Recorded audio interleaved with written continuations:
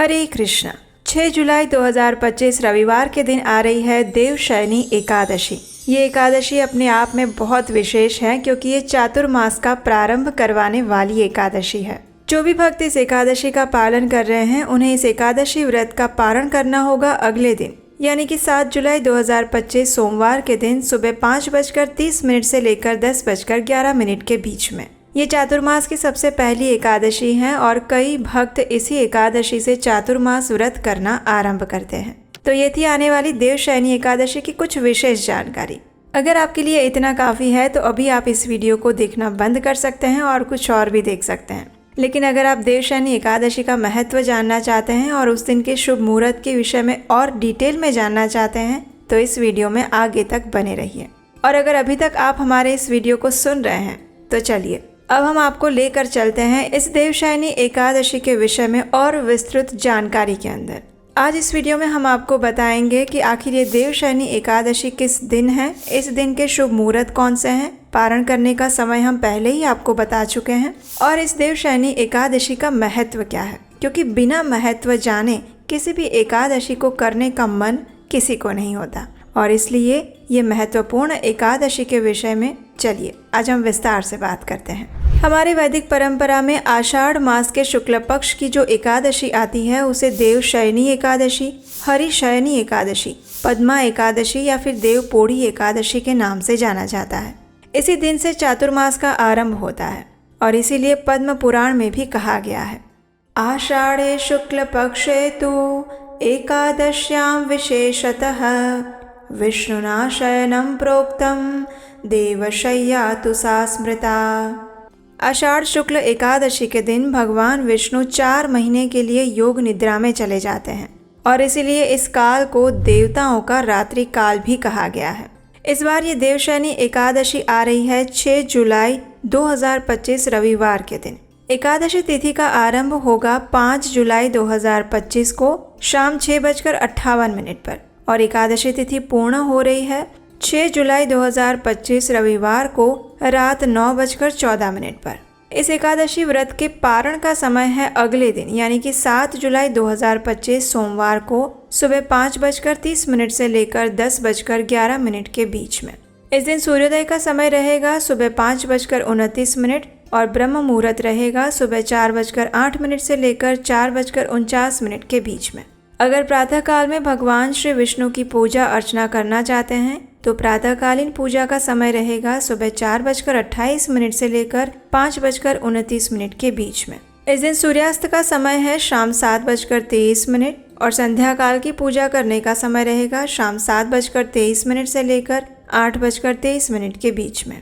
दिन में अभिजीत मुहूर्त रहेगा दोपहर 11:58 से लेकर 12:54 तक और रात को 9:27 तक विशेष साध्य और शुभ योग भी रहेगा। इसके अलावा त्रिपुष्कर योग भी इस एकादशी में बन रहा है क्योंकि ये वर्ष की सबसे बड़ी एकादशियों में से एक है और ये योग बन रहा है रात 9:14 से लेकर रात 10:42 के बीच में। और रवि योग रहेगा सुबह 5:56 से लेकर रात 10:42 के बीच में।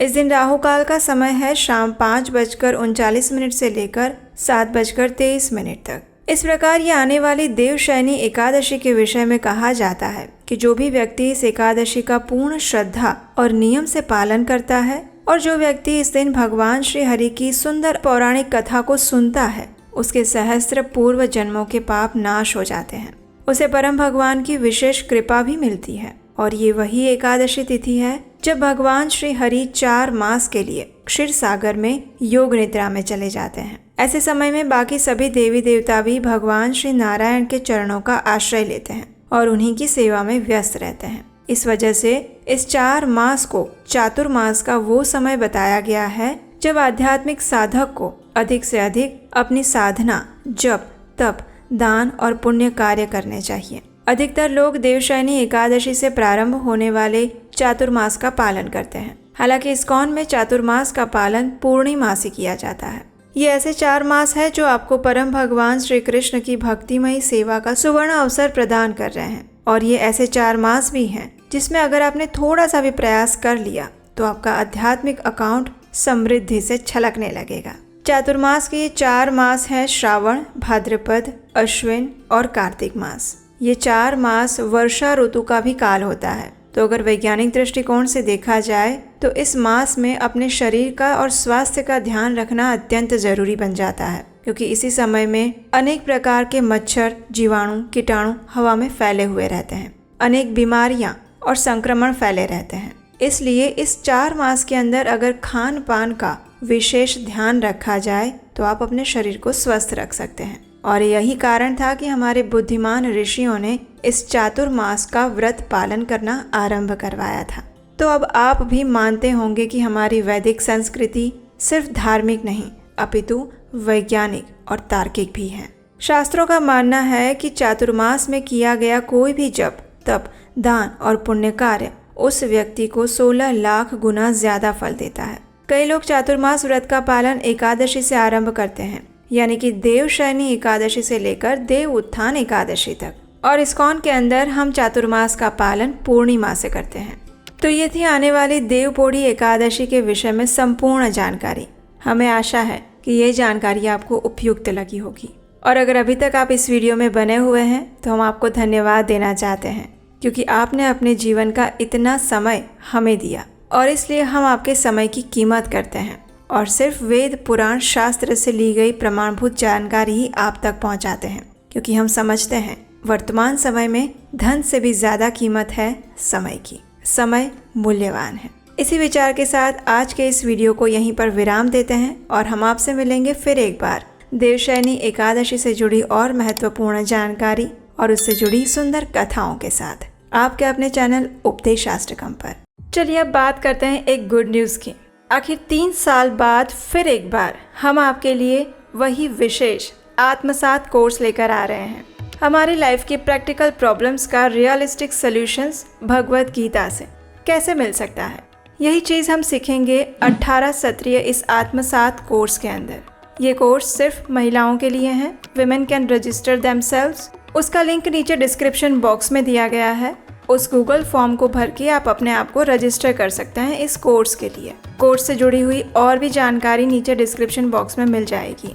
भगवत गीता तो हम कई बार पढ़ते हैं, लेकिन उनमें भगवान के द्वारा बताई गई शिक्षाओं को हम अपने जीवन में कैसे उतार सकते हैं, और वो भी आज के आधुनिक समय में भगवान की वो शिक्षाएं हमारे जीवन में कितनी प्रैक्टिकल है, हम उसे अपने जीवन में कैसे आत्मसात कर सकते हैं। यही विषय है हमारे इस 18 सत्रीय भगवत गीता कोर्स का, जिसका नाम है आत्मसात। तो जल्दी कीजिए, आज ही अपने आप को रजिस्टर करें इस कोर्स के लिए। ये कोर्स हम आने वाले दिसंबर महीने में स्टार्ट करने वाले हैं। सीटें बहुत लिमिटेड हैं, इसलिए फर्स्ट कम फर्स्ट सर्व के बेसिस पर आपका रजिस्ट्रेशन दर्ज किया जाएगा। तो अगला नोटिफिकेशन आने की वेट मत कीजिएगा, आज ही अपने आप को रजिस्टर करवाइए। और हम आपको विश्वास दिलाते हैं कि इस कोर्स को करने के बाद आपको भगवत गीता से जुड़ी हुई ऐसी शिक्षाएं और ऐसी इंसाइट्स मिलेंगी जिसके बारे में ना आपने कभी सुना होगा और ना सोचा होगा। महिलाओं के लिए ये कोर्स बहुत ज़्यादा यूनिक, प्रैक्टिकल और बेनिफिशियल होने वाला है। तो जल्दी से अपने आप को और अपने फ्रेंड्स को इस कोर्स के लिए रजिस्टर करने के लिए प्रेरित करें।